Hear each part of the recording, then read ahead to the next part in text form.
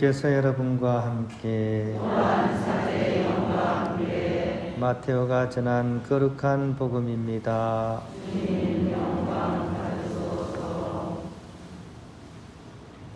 그때 예수님께서 제자들에게 말씀하셨다. 너희는 세상의 소금이다. 그러나 소금이 제맛을 잃으면 무엇으로 다시 짜게 할 수 있겠느냐? 아무 쓸모가 없으니 밖에 버려져 사람들에게 짓밟힐 따름이다. 너희는 세상의 빛이다. 산 위에 자리 잡은 고을은 감춰질 수 없다. 등불은 켜서 함지 속이 아니라 등경 위에 놓는다. 그렇게 하여 집안에 있는 모든 사람을 비춘다.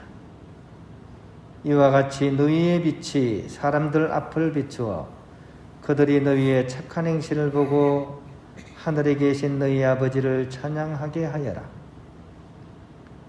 주님의 말씀입니다. 그리스도님 찬양합니다.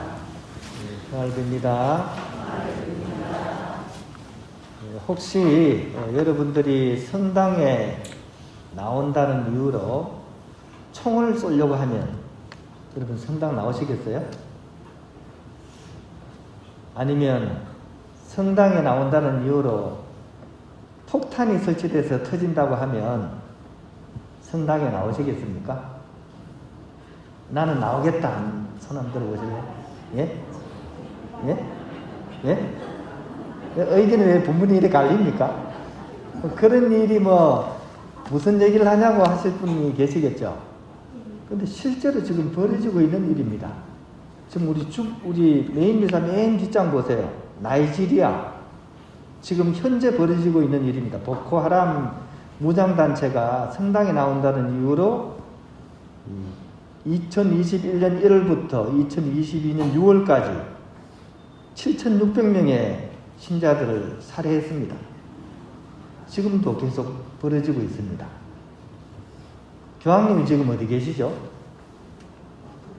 교황님이 지금 아프리카 가 계십니다. 콩고 쪽을 이제 지나가 계십니다.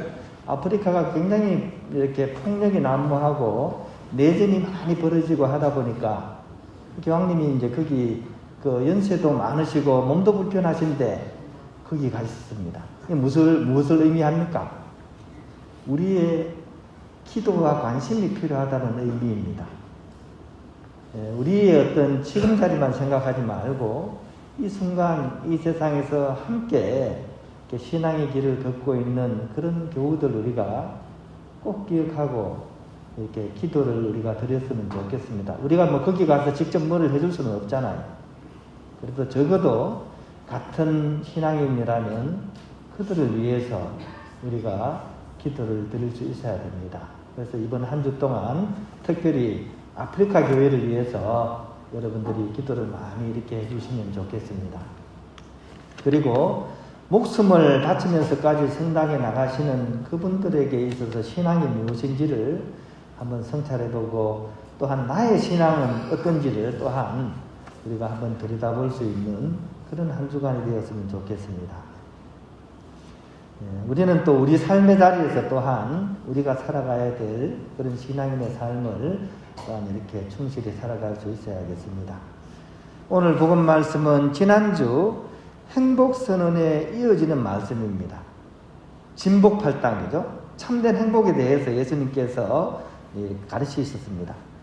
이제는 그 참된 행복을 어떻게 실천해야 되는지에 대한 어떤 행동 지침을 오늘 복음에서 이렇게 알려주고 계십니다. 즉 지난주에서 산에서 행복선언을 들었다면 이제는 평지로 내려와서 이 세상 삶 속에서 어떻게 살아야 되는지를 알려주신다는 얘기죠. 아주 명확하게 두 가지 예를 들어서 설명하십니다. 하나는 빛과 또 하나는 소금의 삶을 살라는 겁니다. 빛과 소금의 삶. 오늘 이 의미를 잘 알아듣기 위해서 우리는 조금 이렇게 꼼꼼하게 하나하나씩 한번 살펴볼 필요가 있는 것 같습니다. 저는 첫 번째로 빛과 소금을 얘기하기 전에 먼저 평지를 얘기해야 된다고 생각을 해요. 왜냐하면 우리의 삶이 평지에서 이루어지기 때문입니다. 그러니까 진복 발단은 산에서 떨어지만 실천은 평지에서 해야 되기 때문입니다. 즉 산에서 내려오는 그런 마음이 필요하다는 얘기입니다. 이거는 용기가 필요하다는 얘기입니다. 즉 마음으로는 산에서 주님 말씀을 듣는 것이 훨씬 편합니다. 귀에 쏙쏙 들어오는 그런 말씀입니다. 하지만 우리의 삶의 자리는 결국 내려와서 이루어지는 거잖아요. 즉 그 말씀을 전하고 실천하려면 평지로 내려오는 그런 용기가 필요하다는 얘기입니다. 그리고 실제로 이 평지에서 삶은 왜 용기가 필요하냐? 산에서 들었던 내가 얘기를 한다고 해서 사람들이 귀를 기울이지 않습니다. 마음을 열어주지 않습니다. 왜냐하면 사람들은 자기가 살던 대로 살기 때문이죠. 삶의 관성이 굉장히 강하기 때문에 내가 얘기한다고 해도 그렇게 귀를 열어주지 않습니다.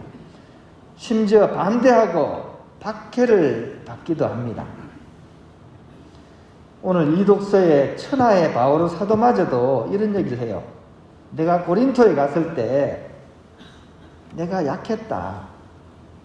그리고 나는 무척 두렵고 떨렸다라고 솔직하게 고백하고 있습니다.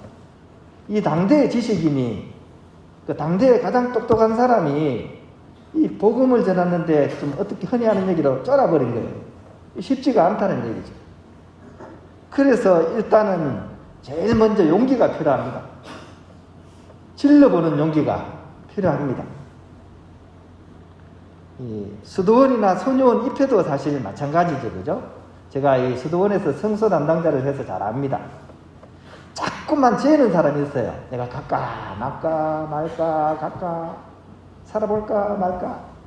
재는 사람은 결국 못 들어옵니다. 또 여차여차해서 들어와도 금방 고민에 빠져요. 내가 계속 살아야 되나 말아야 돼. 위기를 극복해서 3년 정도 지나면 또 고민합니다. 그러다가 결국 나가는 케이스가 많습니다. 용기가 필요합니다. 새로운 삶을 살아가기 위해서는 용기가 없이는 안 됩니다. 그래서 첫 번째 정신은 평지의 정신. 이거는 용기 있게 내려갈 수 있는 마음입니다. 이것을 바탕으로 해서 이제 빛의 정신이 필요합니다. 오늘 복음에서 빛이 되라는 말씀은 과연 어떤 의미일까요? 뭔가 남들이 감탄할 정도로 능력이 출중하고 추진력이 있고 일을 성사시키는 그런 능력을 말하는 것일까요? 저는 그런 것 이전에 그 사람에게서 이렇게 솟아나는 맑고 밝고 이렇게 오롯이 드러나는 그런 빛을 의미한다고 생각합니다. 예를 들어서 좀 전에 예를 들었던 것처럼 연장시켜보면요. 어떤 분이 용기를 내어가지고 이제 수녀원에 입회를 했다고 쳐요. 그런데 이제 수련기를 다 마치고 드디어 유기세학기를 맞아가지고 그 선남동 성당에 왔어요. 우리 성남동 하면 좀 우리가 또 너무 이해가 이상해질 수 있으니까 선남동 성당으로 부임을 해 오셨어요. 어떤 모습이 우리 교우들에게 가장 위로와 도움이 될까요? 아는 게 많아가지고 교리를 잘하고 또 능력이 좋아가지고 이벤트도 탁탁탁 해내고 또 사람들을 잘 통솔해서 동으로 서로 번쩍번쩍하면 우리 선남동 교우들에게 위로와 도움이 될까요? 물론 도움이 되는 요소도 있겠죠. 하지만 교우들은 사실 수녀님의 그런 외적인 능력을 보는 것이 아니라 그 수녀님의 낯빛을 봅니다. 능력이 있거나 없거나 상황이 좋거나 나쁘거나 수행자, 수도자로서의 그런 순수한 마음을 잃지 않고 어렵고 힘들어도 빵긋빵긋 웃으면서 주님 사랑과 이웃 사랑의 등불을 끄지 않는 그 밝은 낯빛을 보면서 감동을 받고 위로를 받습니다. 그렇지 않습니까? 한 3분 정도밖에 얘기 안 하시네요. 이런 것이 빛이 되는 것입니다. 그리고 그리스도인인 우리 또한 저마다의 삶의 자리, 즉 가정과 직장과 사회 안에서 이러한 안으로부터 이렇게 솟아나는 그런 빛을 드러낼 수 있어야 하는 것입니다. 세 번째는 소금의 정신입니다. 소금은 정화의 상징이죠. 그 많은 바닷물이 썩지 않는 것은 3.5%밖에 차지하지 않는 소금의 역할이라고 합니다. 집안에 애군이 오려고 하거나 뭔가 해를 끼칠 사람이 우리 집에 나타나면 하는 말이 뭡니까? 소금 뿌려라는 거죠. 정화의 상징입니다. 어느 공동체건 어느 본당이건 맑고 깨끗한 것만 있지가 않습니다. 왜냐하면 대부분이 사회생활을 하기 때문이죠. 그죠? 그러다 보니까 잘못된 인습과 부패의 고리가 있습니다. 그리고 어딜 가나 다 배타적인 요소가 있습니다. 그리고 본인들에게는 그것이 잘 보이지가 않습니다. 우리 뒷머리가 어떻게 생겼는지 본인은 알 수 없죠. 그죠? 본인들에게는 그게 안 보입니다. 이게 당연한 거고요. 이때까지 그렇게 살아왔습니다. 근데 땅끝 소녀님이 그 뒷머리가 튀어나온 걸 봤어요. 어떻게 해야 됩니까? 땅끝 웃으면서 그냥 지나가야 됩니까? 분위기에 물들지 않고 그런 배타성을 감수하면서 소금 처리를 하는 것이 복음적인 것입니다. 그래야만이 모두 다 더 건강히 잘 살게 되기 때문입니다. 그래서 박해를 감수하고서라도 그거를 얘기를 하는 것이 오히려 사랑이라는 얘기입니다. 이렇게 하게 되면 1+1입니다. 맛깔나는 요소가 덤으로 주어지게 됩니다. 왜냐하면 소금은 맛의 상징이기 때문이죠.